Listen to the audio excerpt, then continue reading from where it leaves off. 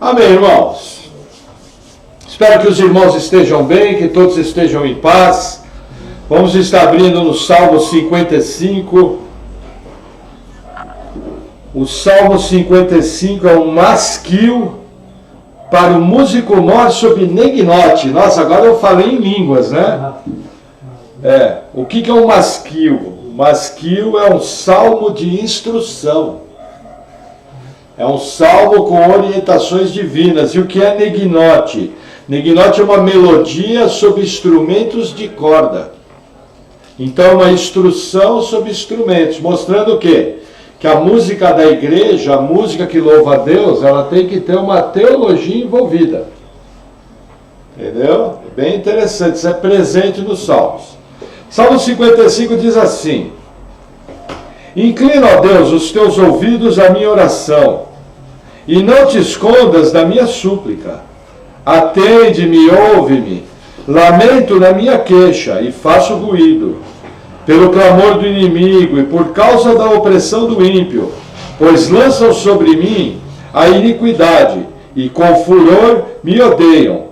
O meu coração está dolorido dentro de mim, e terrores da morte caíram sobre mim. Temor e tremor vieram sobre mim, e o horror me cobriu.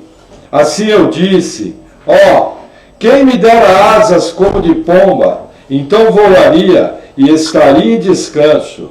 Eis que fugiria para longe e pernoitaria no deserto. Apressar-me-ia a escapar da fúria do vento e da tempestade. Despedaça, Senhor, e divide as suas línguas, pois tenho visto violência e contenda na cidade. De dia e de noite a cercam sobre os seus muros. Iniquidade e malícia estão no meio dela. Maldade há dentro dela. Astúcia e engano não se apartam das suas ruas. Pois não era um inimigo que me afrontava, então eu o teria suportado. Nem era o que me odiava que se engrandecia contra mim, porque dele me teria escondido.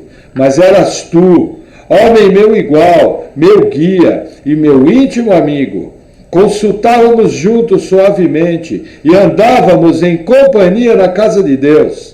A morte os assalte, os vivos desçam ao inferno, porque há maldade nas suas habitações e no meio deles. Eu, porém, invocarei a Deus e o Senhor me salvará. De tarde e de manhã e ao meio-dia orarei e clamarei, e ele ouvirá a minha voz. Livrou-me em paz a minha alma, que peleja que havia contra mim, pois havia muitos comigo. Deus ouvirá e os afligirá, aquele que preside desde a antiguidade. Porque não há neles nenhuma mudança, e, portanto, não temam a Deus. Tal homem pôs as suas mãos naqueles que têm paz com ele. Quebrou a sua aliança. As palavras da sua boca eram mais macias do que a manteiga, que havia guerra no seu coração. Em suas palavras eram mais brandas do que o azeite. Contudo, eram espadas desembainhadas. Lança o teu cuidado sobre o Senhor, e ele te susterá. Não permitirá jamais que o justo seja abalado, mas tu, ó Deus, os fará descer ao poço da perdição. Homens de sangue e de fraude não viverão metade dos seus dias, mas eu em ti confiarei. Até aqui. Vamos orar. Senhor, nós oramos te agradecendo porque tu és o Todo-Poderoso, é o Deus que nos guia, que nos cuida e nos guarda como filhos. Senhor, que nós possamos estar andando em teus caminhos de uma maneira que te agrada, que possamos viver uma vida cristã intensa, cheia de compromisso e amor por ti. Em nome de Jesus, amém. Amém, irmãos? Vamos ao nosso texto base, Evangelho de Mateus, capítulo 19,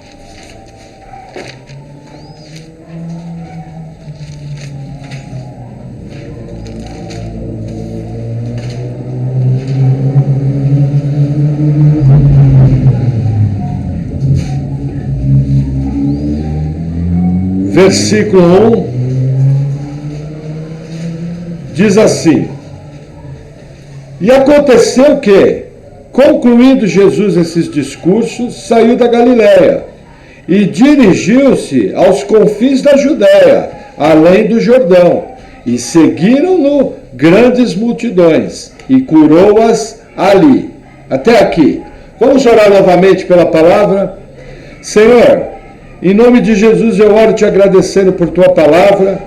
Eu oro pedindo que o Senhor venha nos dando sabedoria, discernimento, que nós possamos ser edificados por ti nessa manhã, que possamos compreender esse assunto tão importante, Pai. Sê conosco, em nome de Jesus.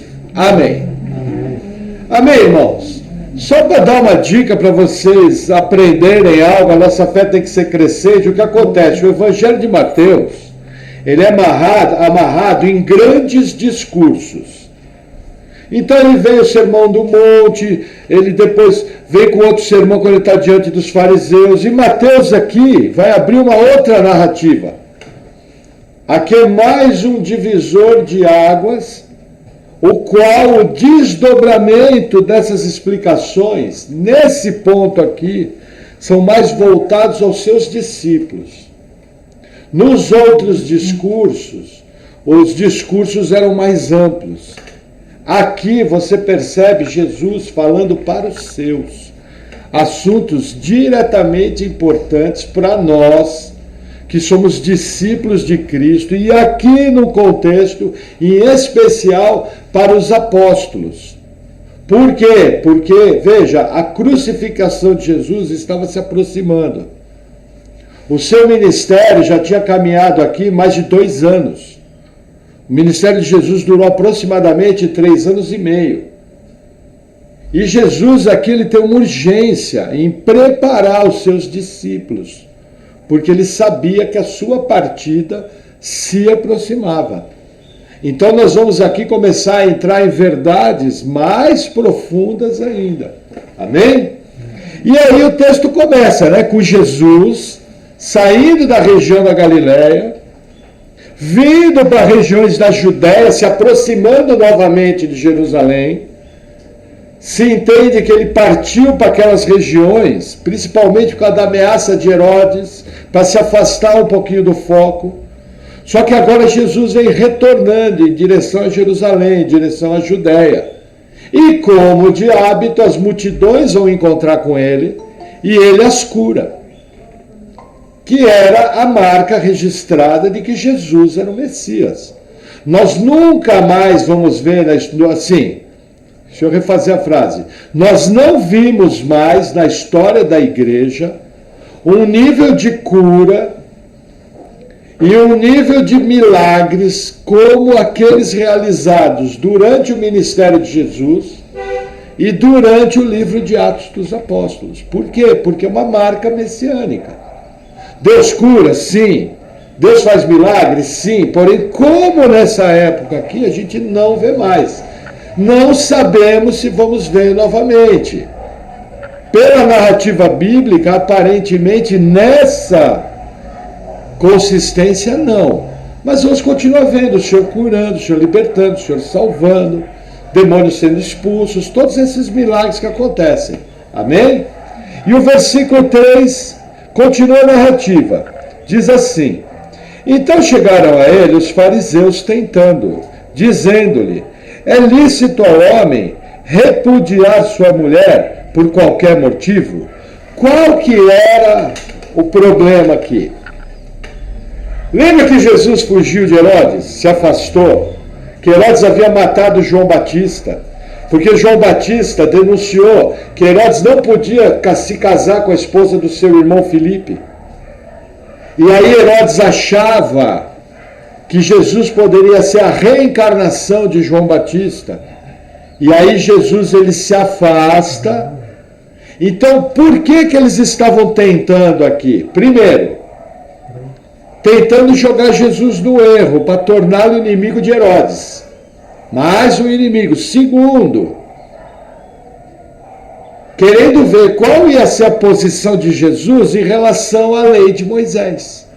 Sabe aquelas perguntas? Veja, e eu percebo hoje em dia, eu lembro que certa vez, eu conversando com uma pessoa próxima, Eu cheguei com a pessoa sempre fazia perguntas. Aí eu cheguei para a pessoa e falei, me diz uma coisa, você está perguntando isso para me fazer cair ou porque você quer aprender?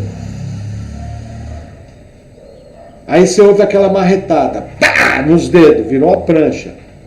Por quê? Não existe problema em fazer pergunta. O problema é o tipo de pergunta em que você quer induzir o pregador ao erro. Ou você propositalmente quer induzir o irmão ao erro. Por quê? Porque às vezes até o irmão ele pode ter uma noção errada.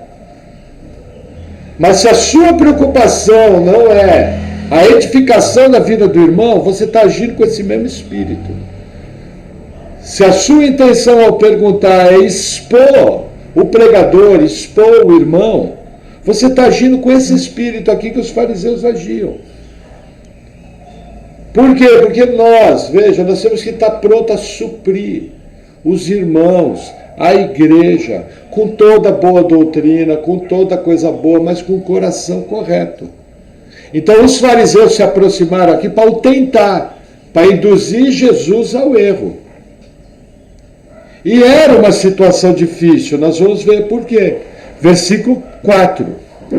Ele, porém, respondendo, disse-lhes, não tendes lido que aquele que os fez no princípio, macho e fêmea os fez? Primeira coisa aqui, Deus ele criou Adão e Eva. Deus não criou Adão e Ivo. Deus criou macho e fêmea. O que acontece? O casamento é um instrumento feito entre um homem e uma mulher.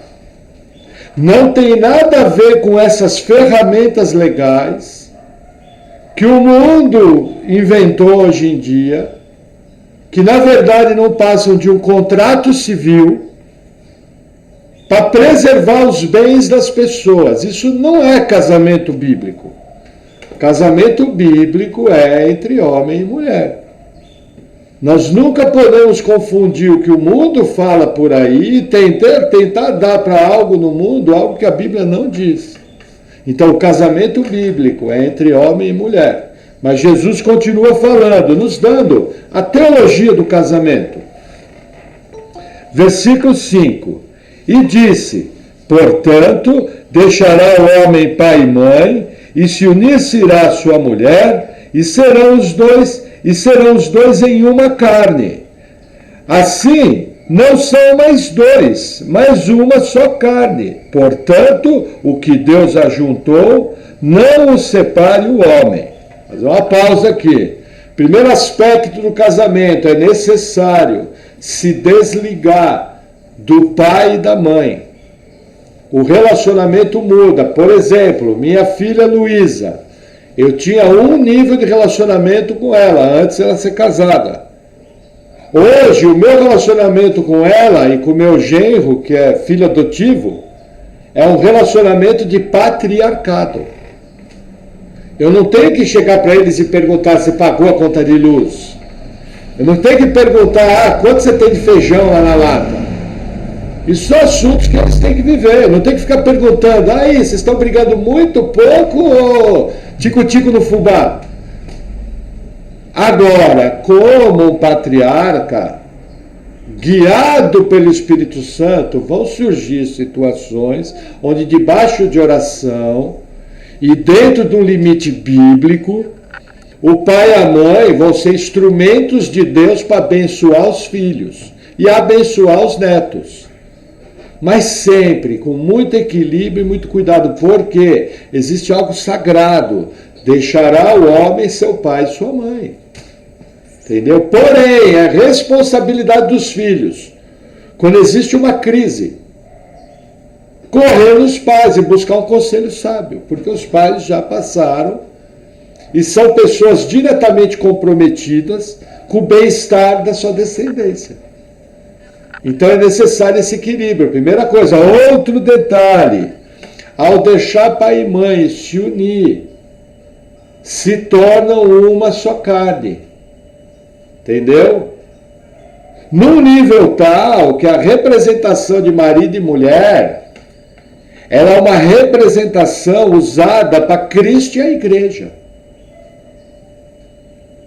Então ela é indissolúvel. Outra coisa que eu aprendo aqui na teologia: não existe separação.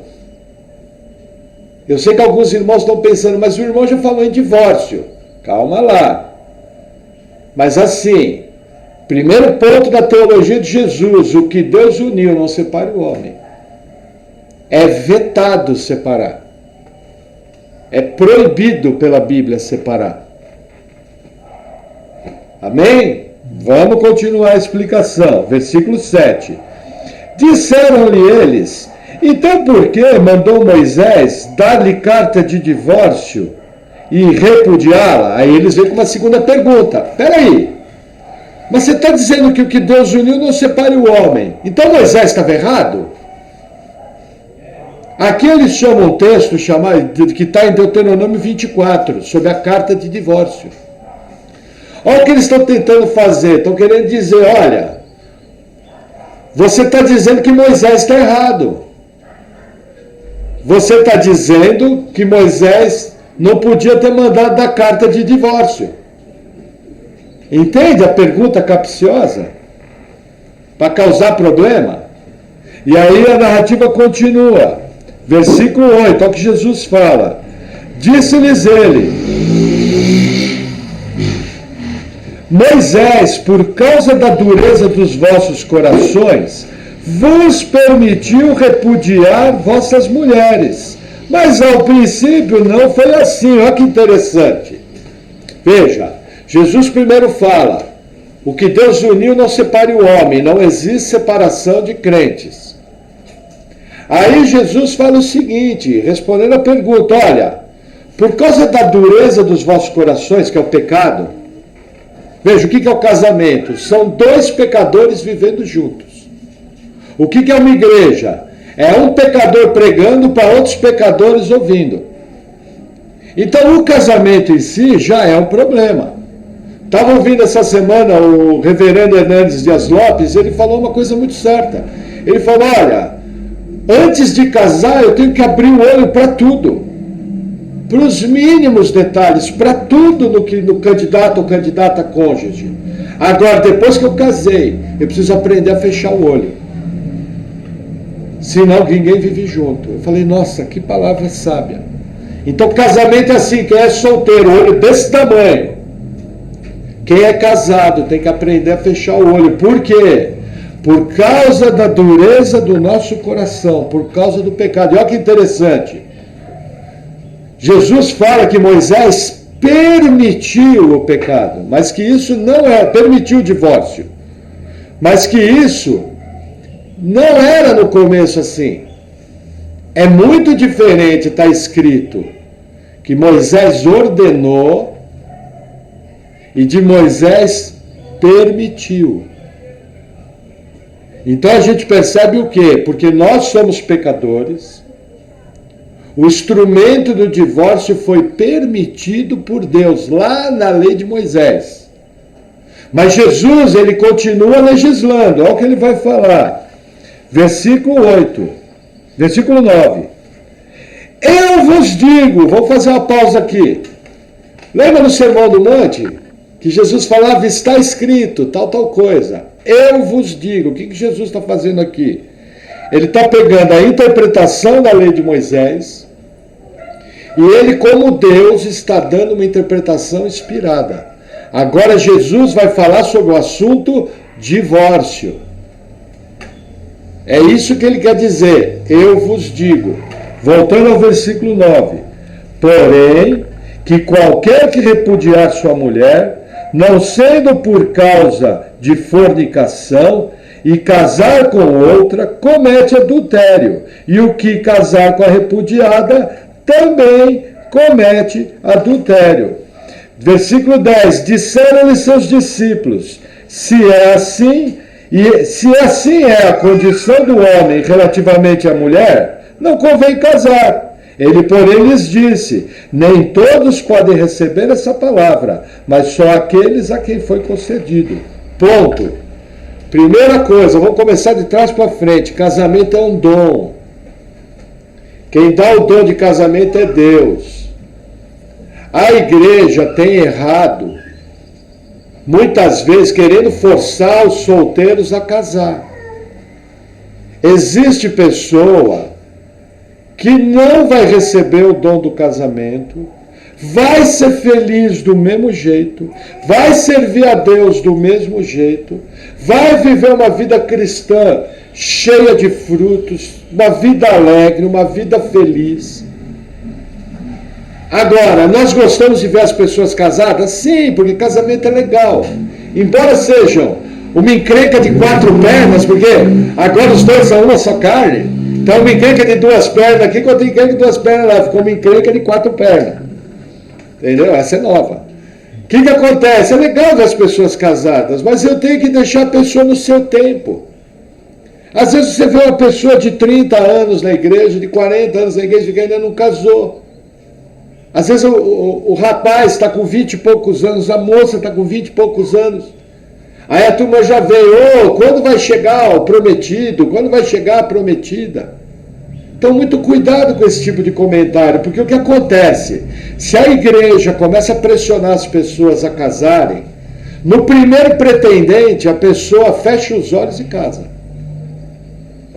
E aí é uma encrenca, porque fez aquilo de maneira precipitada. Então, o tempo do casamento e o dom do casamento é para cada um. Esse é o ensino de Jesus. Nem todo mundo vai receber esse dom.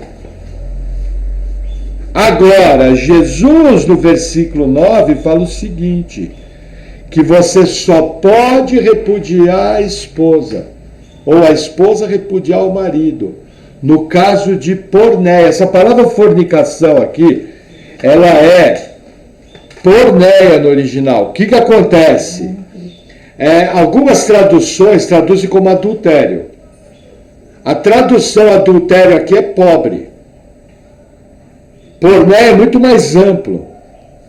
Porneia está ligado no livro de Levítico, capítulo 18, que fala das relações sexuais ilícitas. Então relação sexual entre pessoas não casadas, adultério, sexo com animais, sexo com pessoas do mesmo sexo, do mesmo sexo, relação sexual proibida através de questão de uso natural, por exemplo, a sodomia, o sexo anal, são coisas proibidas pela Bíblia. Sexo grupal, bestialidade, que é sexo com animais, entendeu? Chega a esbarrar na pornografia. A pornografia tem que ser olhada com muito cuidado, porque ela já é um tipo de adultério através da mente, do espírito, que não ainda às vezes se consumou. Então o que acontece? Essa palavra porné é muito ampla. Mas em geral, todos nós sabemos o que ela significa. Tudo que é fora do princípio da lei de Deus. Nesse caso, a pessoa pode se divorciar e casar. Palavras de quem? De Jesus Cristo. O mesmo Jesus que diz que separação é proibida, nos dá uma cláusula de exceção, que é a porneia. Então, por exemplo, nós já lidamos com um caso na igreja, que a pessoa foi procurar a igreja, porque o marido queria que a esposa participasse de sexo grupal. E a esposa, horrorizada com aquilo, não quis. E isso caracteriza a porneia. Essa mulher tinha 2 caminhos: ou perdoar o marido, haver um arrependimento e restaurar o casamento, ou se divorciar podendo casar de novo. O que acontece? Se o marido abandona a esposa, isso é um ensino que eu já falei para vocês em Mateus 5. Ele abandona a esposa, não foi por porneia. Se essa esposa casar de novo, ou a esposa ou o marido casar de novo, ela comete adultério. Só que quem é responsável é aquele que abandonou. Olha que interessante. Vamos supor que eu abandone a Paula. E a Paula casa de novo. Ela está cometendo adultério e quem casou com ela está cometendo adultério. O culpado sou eu. Eu vou responder para Deus. Então tem que tomar muito cuidado. Percebem?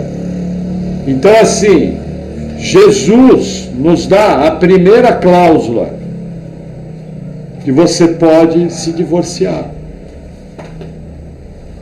Porque o que Deus uniu não separa o homem. Não pode. Aqui na igreja não existe divórcio, não existe nem separação, por incompatibilidade de gênios, porque briga, porque um comeu, o outro não gostou, porque botou muito sal na comida, porque assiste muita TV, porque a mulher é muito chata. Não existe. Isso inclusive está em nosso estatuto. Nós não aceitamos, nós fechamos com esse ensino. O que Deus uniu não separe o homem. Eu tive casos de mulheres aqui na igreja que, pelo ponto de vista natural, teriam todo o direito de separar.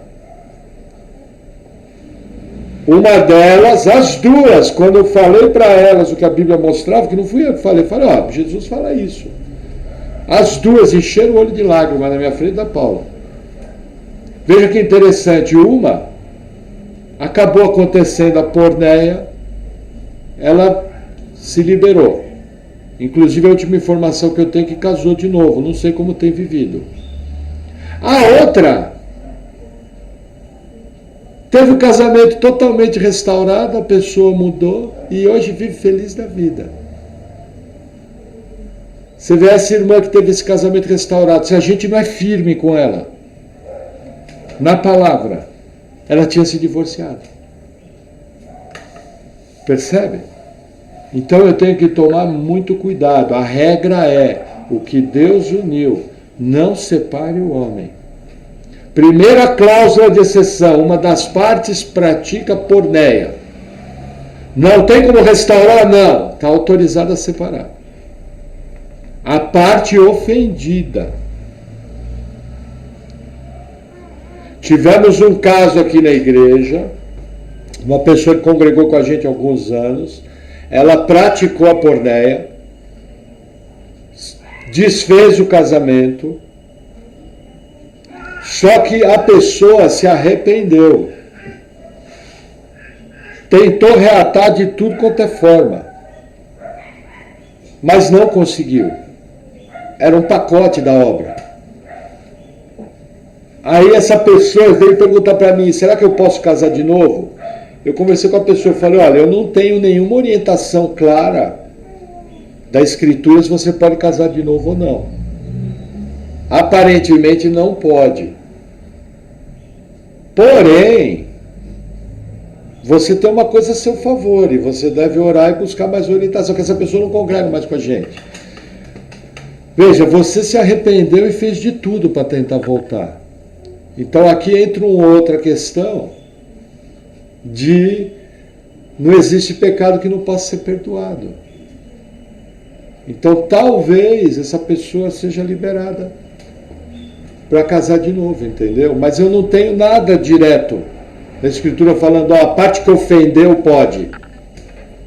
Então aí eu entro para o campo cinza. Não dá para saber, é extremamente delicado. Nesse caso ainda, graças a Deus para mim, né? Porque vou responder para Deus. Você imagina os pepinos? Deus vai lá e falar, Maurício, senta aí. Agora eu e você. Lembra fulano? Você falou que podia casar, foi uma fileira de adultério. Casou com 1, com 2, com 3, com 4. Tem 18 filhos, culpa tudo sua. Essa é a posição do pastor. Por isso que o pastor tem que ser bíblico. Quando eu falei para essa pessoa, eu falei, não tenho nenhum texto direto dizendo que você pode casar. Agora eu tenho algumas inferências que talvez, você deve orar, deve buscar mais sabedoria, mais aconselhamento. Como você se arrependeu e buscou, realmente se eu fui testemunha, a pessoa buscou com toda a força restaurar o casamento. Só que não deu, a outra parte não quis. Entendeu? Aí eu acho que nesse caso até poderia se estudar um outro relacionamento.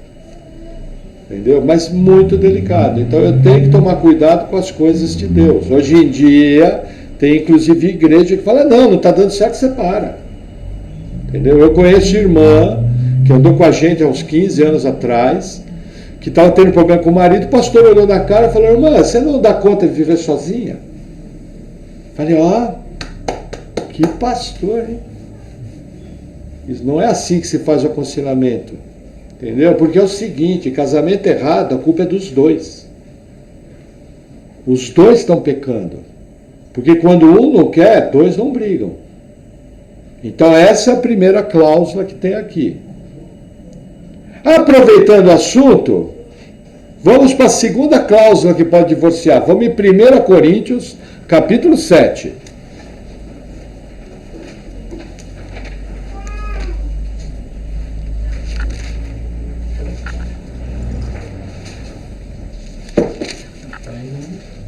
Primeira Coríntios 7.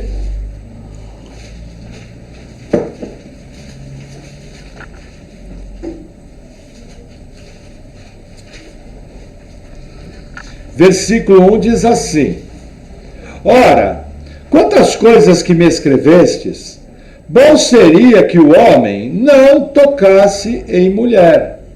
Mas por causa da fornicação, cada um tem a sua própria mulher, e cada uma tenha o seu próprio marido. Vamos fazer uma pausa. A igreja de Coríntios havia escrito cartas a Paulo, feito várias perguntas. Essa aqui era uma igreja extremamente espiritual. Nós percebemos Paulo não falando nada em relação à espiritualidade dessa igreja. Ela era uma igreja intensa, era uma igreja amorosa com o Senhor, só que ela tinha problemas de divisão, tinha problemas no uso dos dons, tinha problemas na ordem do culto. Mas ela era uma igreja que buscava Deus. E uma das coisas que perguntaram é o seguinte, em relação ao casamento. Então fizeram várias perguntas para Paulo nessa área. A primeira delas em relação ao casamento, que Paulo fala, olha, eu digo, entendeu? Bom seria que o homem não tocasse em mulher, era bom que vocês não casassem. Aí você fala, peraí, Paulo, alguma coisa está errada, porque veja, olha que interessante. O casamento foi instituído por quem? Por Deus. Antes do pecado. Antes da queda. Antes do plano de salvação ser revelado para nós. Houve casamento. Como é que Paulo fala? Era bom que o homem não tocasse em mulher. Nós temos que entender o contexto. Aqui é primeiro século. Havia perseguição na igreja. E o que acontece? Missionários e missionárias solteiros eram muito mais eficientes na obra. E aquela igreja era tão espiritual que alguns irmãos daquela igreja falaram, olha, não vou casar, vou buscar o dom do celibato e vou viver só para a obra de Deus. E pegava a mochilinha e se mandava, Europa fora, Ásia fora, fazer a obra de Deus. A gente não sabe se Paulo era solteiro, se Paulo era viúvo, ou se Paulo foi abandonado por sua esposa. Em geral, os teólogos entendem que como ele era fariseu, o fariseu normalmente casava, que Paulo provavelmente era viúvo. E ao se tornar viúvo, não quis casar-se de novo. Porque a viuvez, ela desfaz o laço do casamento. Quando um dos cônjuges morre, ela desfaz. E a pessoa pode casar de novo. Agora, Paulo, olhando o contexto do primeiro século, ele fala, era bom que o homem não tocasse a mulher. Agora, para que vocês não se abrasem, para que vocês não tenham relação sexual fora do casamento, é bom que cada um tenha seu cônjuge. Então Paulo orienta aqui, olha, se você puder não casar, não casa. Agora, se você abrasar, casa. E receba o seu cônjuge em santidade. E aí ele continua, versículo 3. O marido pague à mulher a devida benevolência, e da mesma sorte a mulher ao marido. A mulher não tem poder sobre o seu próprio corpo, mas tem-no o marido. E também, da mesma maneira, o marido não tem poder sobre o seu próprio corpo, mas tendo a mulher. O que acontece? Pagar devida benevolência. O que é? Relação sexual. Olha como a Bíblia é interessante. A Bíblia proíbe relação sexual fora do casamento. É pecado, pecado sério. Qualquer tipo de relacionamento sexual fora do casamento. Porém, a Bíblia orienta que a relação sexual sela o casamento. Dentro dos limites do casamento, a relação sexual é uma bênção de Deus, para ser usufruída com santidade. Então o que acontece? A mesma Bíblia que proíbe para solteiro, ordena o casado a ter relação sexual. Por quê? Meu corpo não pertence mais a mim, pertence a Paula. O corpo da Paula não pertence mais a ela, pertence a mim.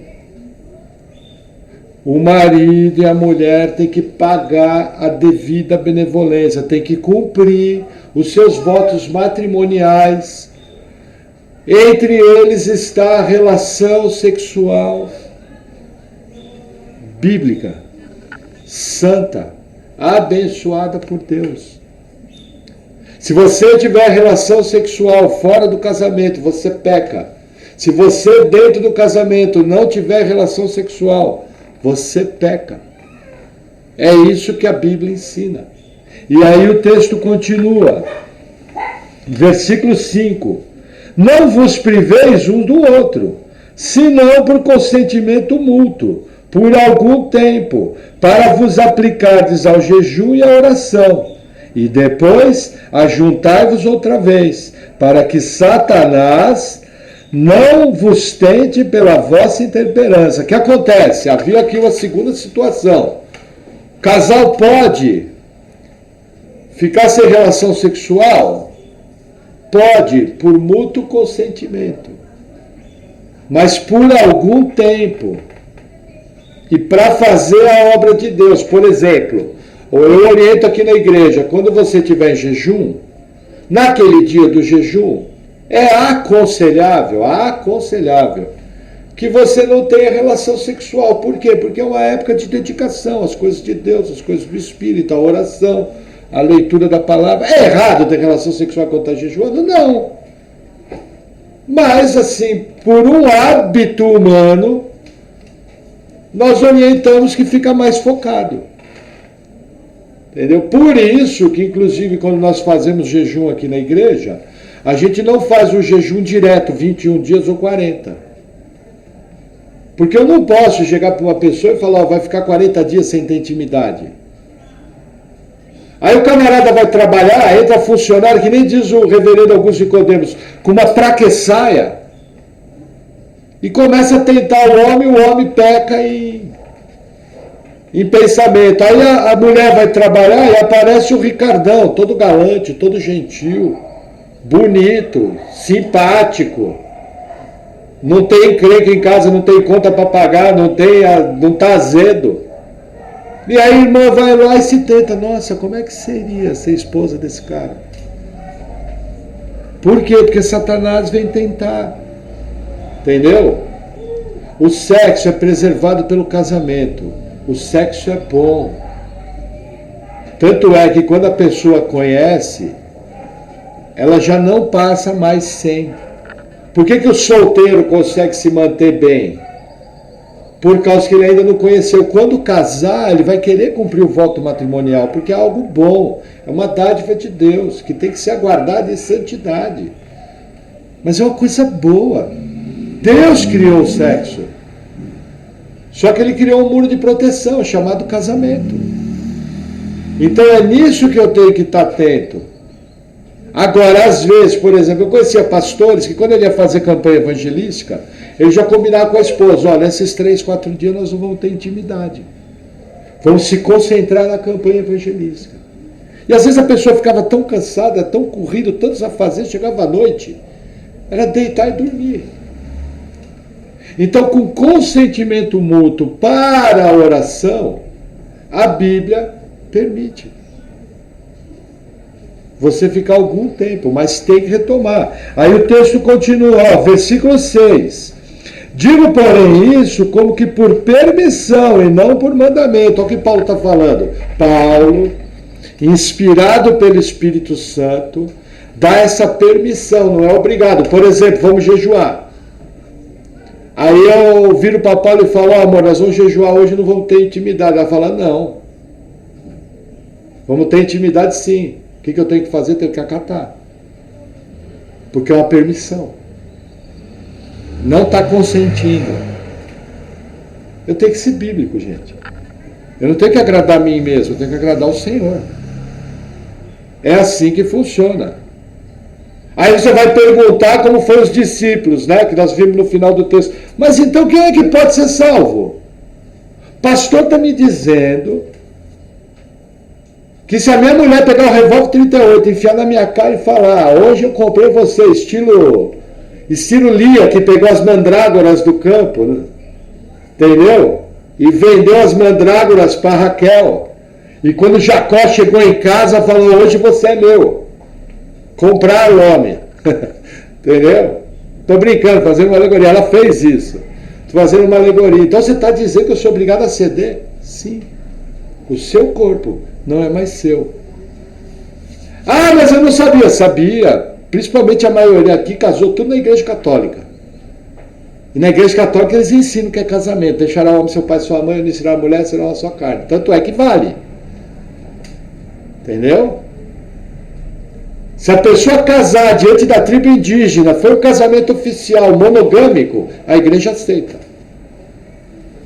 Porque o casamento não é algo religioso. O casamento foi instituído antes de haver religião. Religião começou com a queda. Aí nos foi revelado o plano de salvação. Não tinha nem religião. Casamento é maior que religião. Percebe? Por isso que Jesus falou. Os discípulos olharam e falaram, não, peraí, Jesus, peraí. Ó, o Hilel e o Shammai, que eram dois rabinos da época, ficam discutindo. Um diz que se a mulher queimou o feijão, pode mandar embora. Outro diz que ele também diz que se a mulher acordar muito feia, pode dar carta de divórcio e mandar embora. O outro não, o outro é o santão da história, fala que só pode ir em caso de adultério. E você diz o quê? Aí Jesus fala, não, em caso de adultério está certo, acho que é o Shammai que falava só em caso de adultério. Aí os discípulos olham e falam, então você está querendo me dizer que aquela... Aí eu estou parafraseando para ficar mais bonito, né? Para ficar mais tom de casamento. Que aquela encrenca de duas pernas lá em casa, eu vou ter que viver com aquilo até o fim da vida? É isso aí. Devia ter visto antes. Entendeu? E Paulo confirma isso. E é o seguinte, casamento. Senão está errado, senão você está pecando. É coisa muito séria, por isso que eu falo que é solteiro aqui, temos 4 aqui na sala solteiro. Mais um lá fora, 5. Depois da sua decisão por Jesus, a coisa mais importante da sua vida é com quem você vai casar. Isso é a coisa mais importante que tem, a coisa mais séria que tem. Porque se você não fizer as coisas guiado por Deus, você vai ter muita dor de cabeça, você vai ter muita encrenca. Porque casamento, olha, casamento é muito bom, eu vivo um bom casamento. Eu tive o meu casamento restaurado por Jesus, entendeu? Antes de ser salvo tinha muita fase boa, mas tive muito sofrimento, desnecessário. Aí Jesus nos salvou, aí nós entendemos que eu entendi que o problema do meu casamento era eu, e a Paula entendeu que o problema do casamento dela era ela. Quando nós tivemos esse entendimento, o casamento consertou. Porque aí nós passamos a viver para agradar o outro, não para agradar nós mesmos. E toda vez que a gente esquece disso, tem lá uma fogueira santa lá. Porque pastor também tem arranca-rabo. Entendeu? Pastor é pecador, igual ovelha. Se não vigiar, se eu me esquecer que o meu papel é agradar ela, eu vou querer agradar os meus próprios caprichos e vou brigar com ela. Só que aquela briga santa, em nome de Jesus eu determino. Sabe, pastor, é só a linguagem Almeida corrigida e fiel.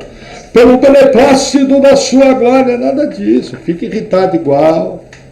Depois tem que pedir perdão, falar, desculpa, fui grosso. É verdade, você foi grosso, mas me perdoa. Eu também fui grossa, me perdoa.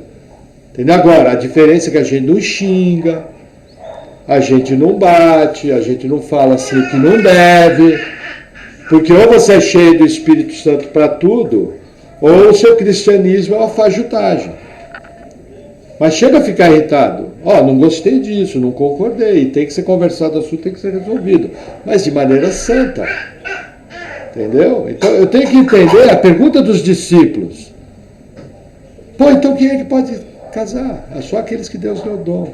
E Paulo vem adicionando em cima, falando o seguinte, olha, além de você receber esse dom, você tem que cumprir seu voto matrimonial, porque o corpo não é mais seu. Porém, para orar e fazer uma campanha de oração, se os dois concordarem, vocês podem ficar sem ter relação sexual. Mas eu falo isso como por permissão.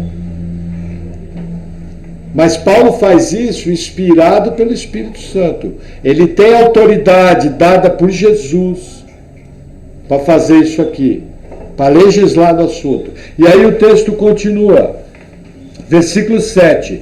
Porque quereria que todos os homens fossem como eu mesmo, mas cada um tem de Deus o seu próprio dom.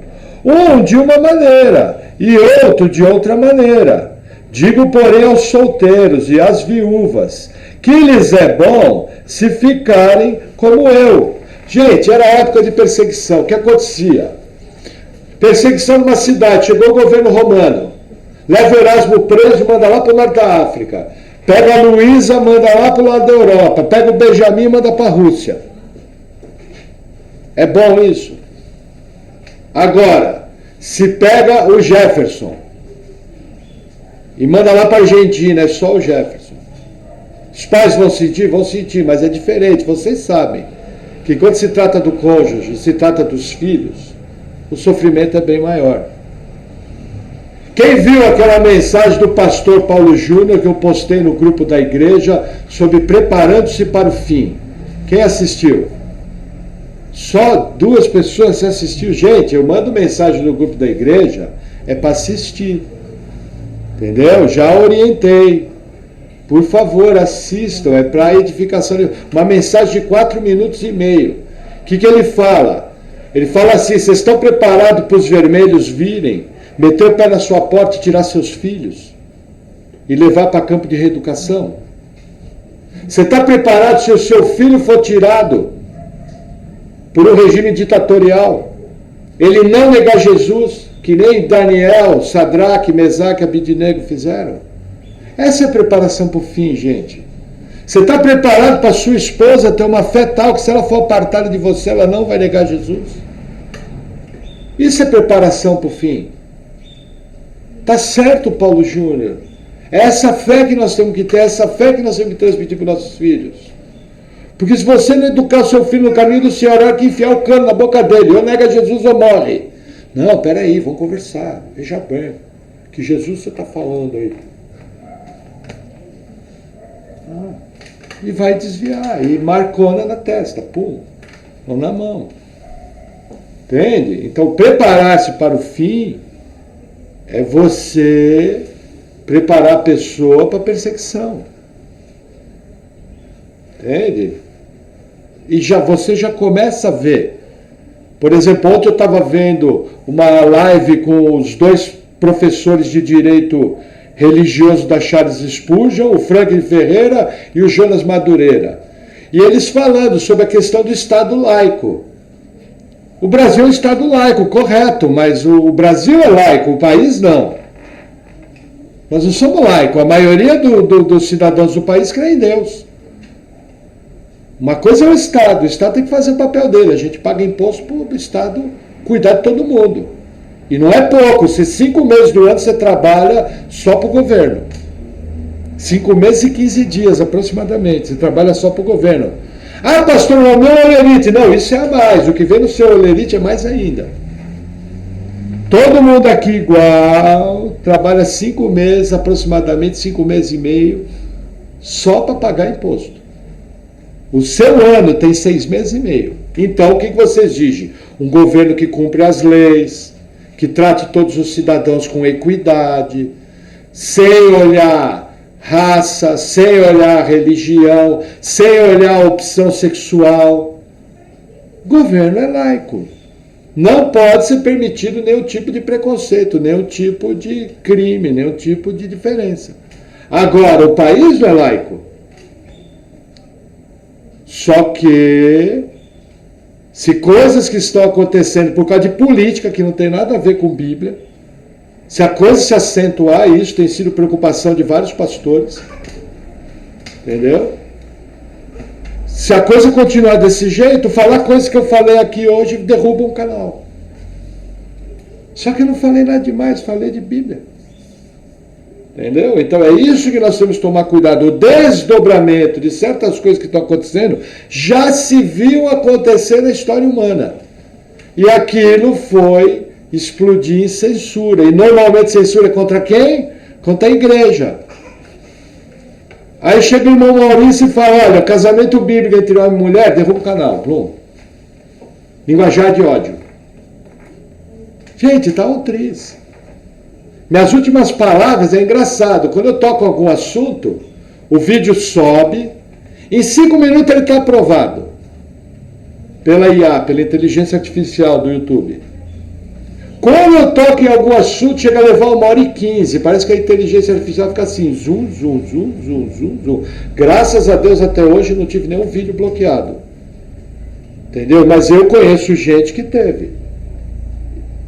Gente cristã e não falou nada demais. Entendeu? Então o que acontece? Nós temos aqui, nem o Paulo Júnior fala, você tem que estar preparado. Você tem que ensinar a sua família a amar o Senhor. É o que Paulo está falando aqui. Eu queria que todos fossem como eu. Por quê? Porque se você for preso, vai ter sofrimento, porque você é casado. É isso que Paulo está falando aqui. Mas ele continua. Versículo 9.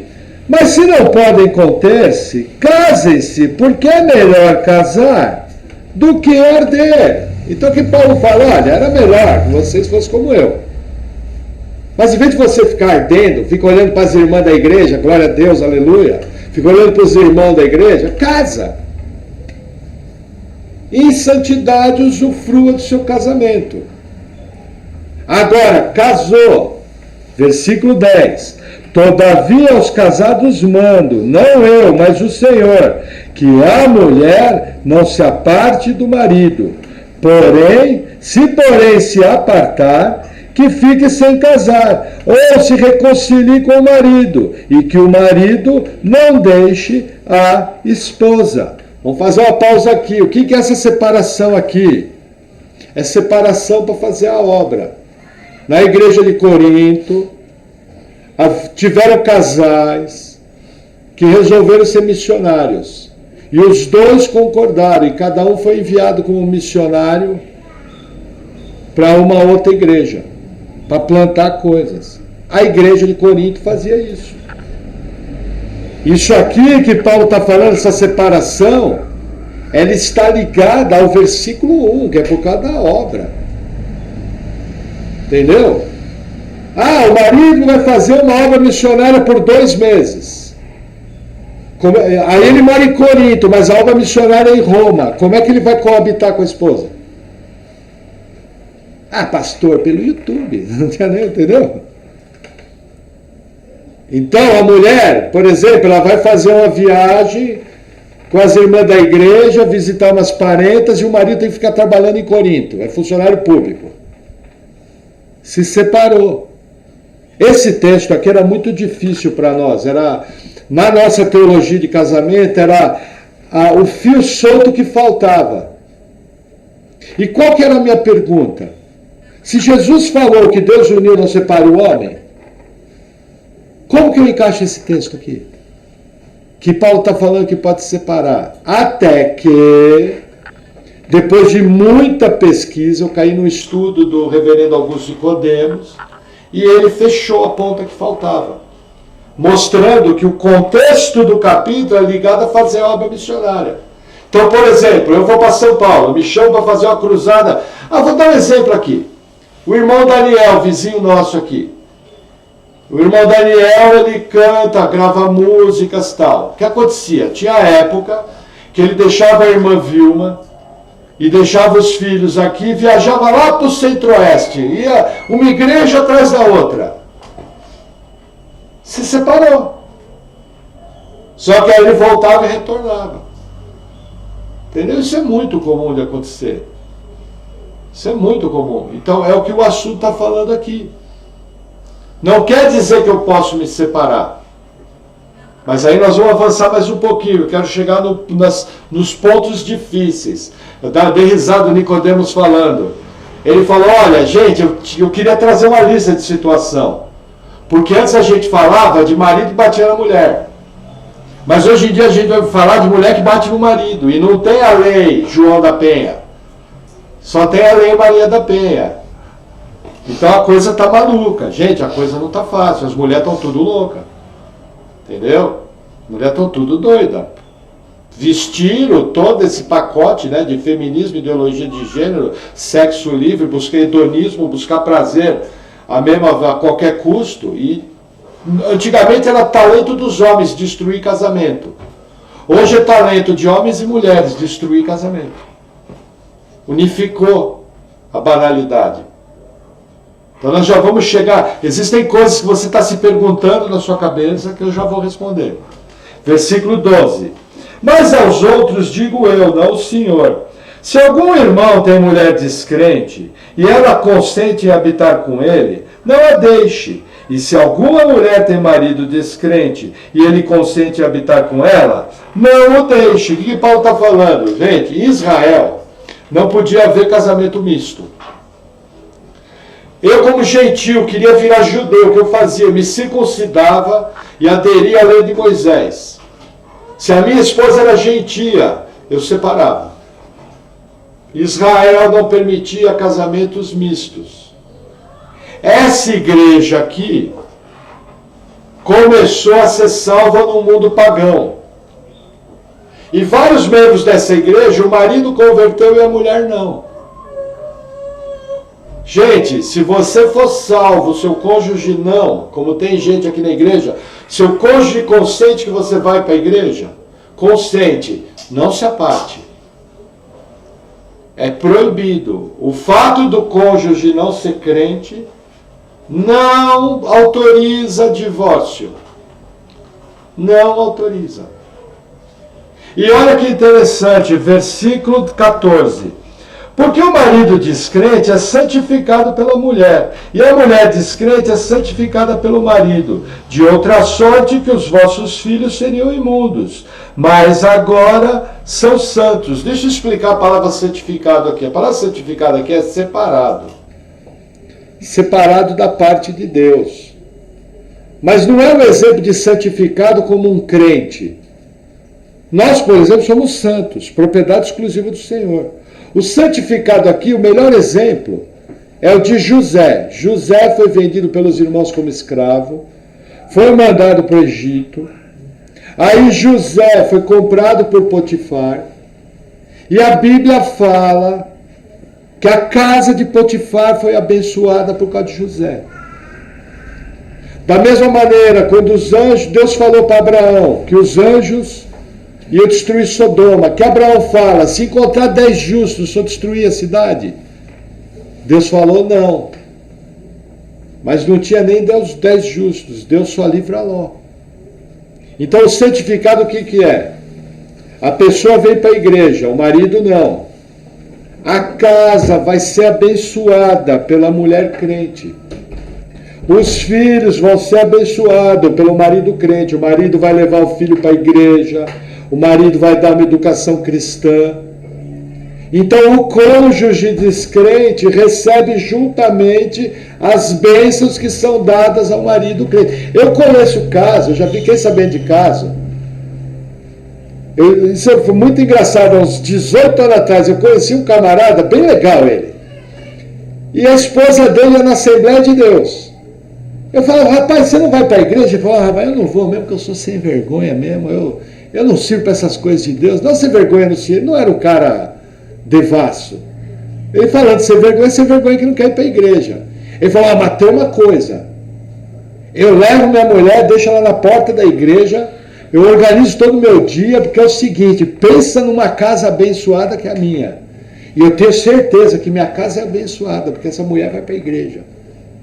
E meus filhos são abençoados, porque essa mulher vai para a igreja. E eu tenho saúde no meu trabalho, sou abençoado, porque a mulher vai para a igreja. Quer dizer, até o ímpio sabe que o ir para a igreja, quando um dos cônjuges é cristão, quando um dos filhos é cristão, a família é abençoada. É o que Paulo está querendo dizer aqui. Aí o que acontece? Versículo 15. Mas se o descrente se apartar, aparte-se, porque nesse caso o irmão ou a irmã não está sujeito à servidão, mas Deus chamou-nos para a paz. Porque de onde sabes, ó mulher, se salvarás o teu marido? Ou de onde sabes, ó marido, se salvarás tua mulher? E assim, cada um ande como Deus lhe repartiu, cada um como o Senhor o chamou. É o que ordeno em todas as igrejas. Aqui entra a figura do abandono. Primeiro ponto do abandono. Pessoa converteu. O cônjuge fala, você escolhe, ou Jesus ou eu. Se você não largar a igreja, eu vou te abandonar. Você vai olhar para a pessoa e falar, olha, tudo bem, eu não quero que você faça isso, mas se você quiser fazer, está liberado. A pessoa foi liberada, você pode divorciar. Motivo de fé. Não só isso. Existem outras situações que não são chamadas verbalmente de abandono, mas que são abandono. A mais famosa delas, agressão física. Um cônjuge que agride fisicamente outro cônjuge está abandonando. É caso de divórcio. Um cônjuge que começa a praticar crimes, viver uma vida fora da lei, e aquela vida fora da lei ameaça a segurança da família. É abandono. Um cônjuge que não quer cumprir o seu papel de provedor, seu papel na casa, seu papel no casamento, é abandono. Um cônjuge que não quer cumprir o seu voto matrimonial de relação sexual e o outro cônjuge quer, é abandono. Percebe? Nesse caso, pode divorciar. Ah, pastor, entendi, mas e se os dois forem crentes? E o marido está berrando com a esposa, agredindo ela verbalmente, porque, gente, agressão física, não tem que conversar. Se bobear eu vou dar um supapo no cara, depois eu oro por cura. A agressão física aqui na igreja é o seguinte, ó, meu marido agrediu, vamos fazer o seguinte, irmã, você vai na delegacia, agora você dá queixa dele. Entendeu? E chegar no cara é o seguinte, sabe, não podemos admitir agressão física. Então a agressão física é fácil de lidar. Vai na delegacia, dá queixa e toma os direitos legais. Agora, o grande problema é a agressão verbal continuada. Você vive um inferno. Nós não fomos chamados para o nosso casamento, nem para a irmã transformar o casamento no inferno, nem para o irmão transformar o casamento no inferno. Faltou recurso financeiro, tem um vagabundo em casa que não faz nada, ou tem uma mulher totalmente omissa que não faz nada. É abandono. Agora, os dois são crentes, o que você faz? Você leva o caso para o pastor. A igreja vai disciplinar o irmão ou a irmã. Existe um processo. Se ela for uma igreja bíblica, a pessoa vai ser disciplinada. Primeiro ponto da disciplina é o seguinte, ó, fulano, olha, ciclana, você não pode ficar agredindo verbalmente seu cônjuge, pô. Isso aí está errado, ó, maridos. Amai vossas esposas como Cristo amou a igreja, ao ponto da sua vida por ela. Esposa, sede submissa ao próprio marido, como Sara foi. Aí aquela pessoa não quer obedecer, ela vai passar por um processo de disciplina, vai ser desligada da igreja e vai ser tratada como descrente. O que acontece? Nós já tivemos aqui na igreja 2 casos que as pessoas se separaram, os 2 pecaram contra Deus porque não seguiram esses passos. Qual outro erro que tem na igreja? Deixa o problema criar barba, barbão, desse tamanho. E aí quando chega para a igreja orientar já está tudo arrebentado. O neguinho está de olho roxo, outro com cicatriz na testa, todo arrebentado. Gente, problemas do casamento tem que ser tratados rápido. Até se o outro cônjuge for incrédulo. Às vezes o outro cônjuge é incrédulo, mas gosta de um conselho sábio. Traga. Lógico, o consentimento de quem é de fora da igreja. A igreja não tem autoridade sobre a vida daquele. É que nem, por exemplo, uma vez perguntaram para o pastor, é correto o poder público fazer campanha para uso de preservativo?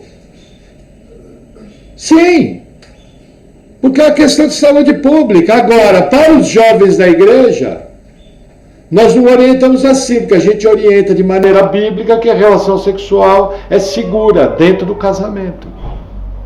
Ah, mas e o mundo? O mundo é problema dele, o mundo tem que fazer o programa de saúde pública, ele faz o que tem que fazer.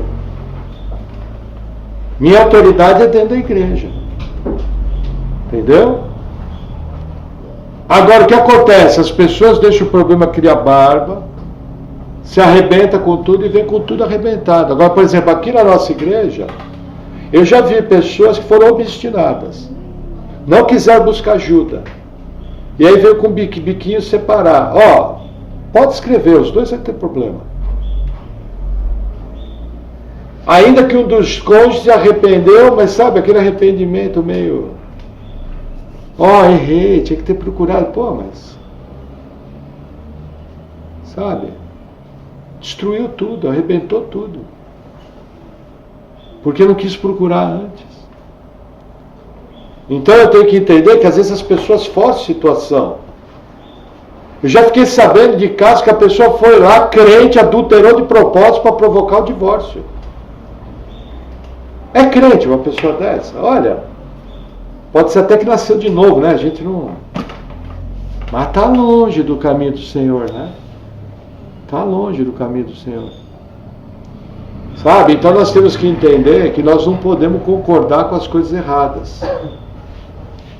Por exemplo, se aqui na igreja uma irmã chega e fala, olha, meu marido começou a vender droga. Isso aí coloca a vida da família em risco. Isso aí cabe divórcio sim. Aí pode acontecer o seguinte, aí pode chegar a irmã, chega pro cara e fala, olha, você não vai mais morar aqui, porque eu não vou expor meus filhos a tiro. O cara, tá bom, vou morar na casa da minha mãe. Aí o que acontece? Aquela irmã pode chegar e esperar um tempo, conversar, ver se o marido se arrepende, para lá de vender droga.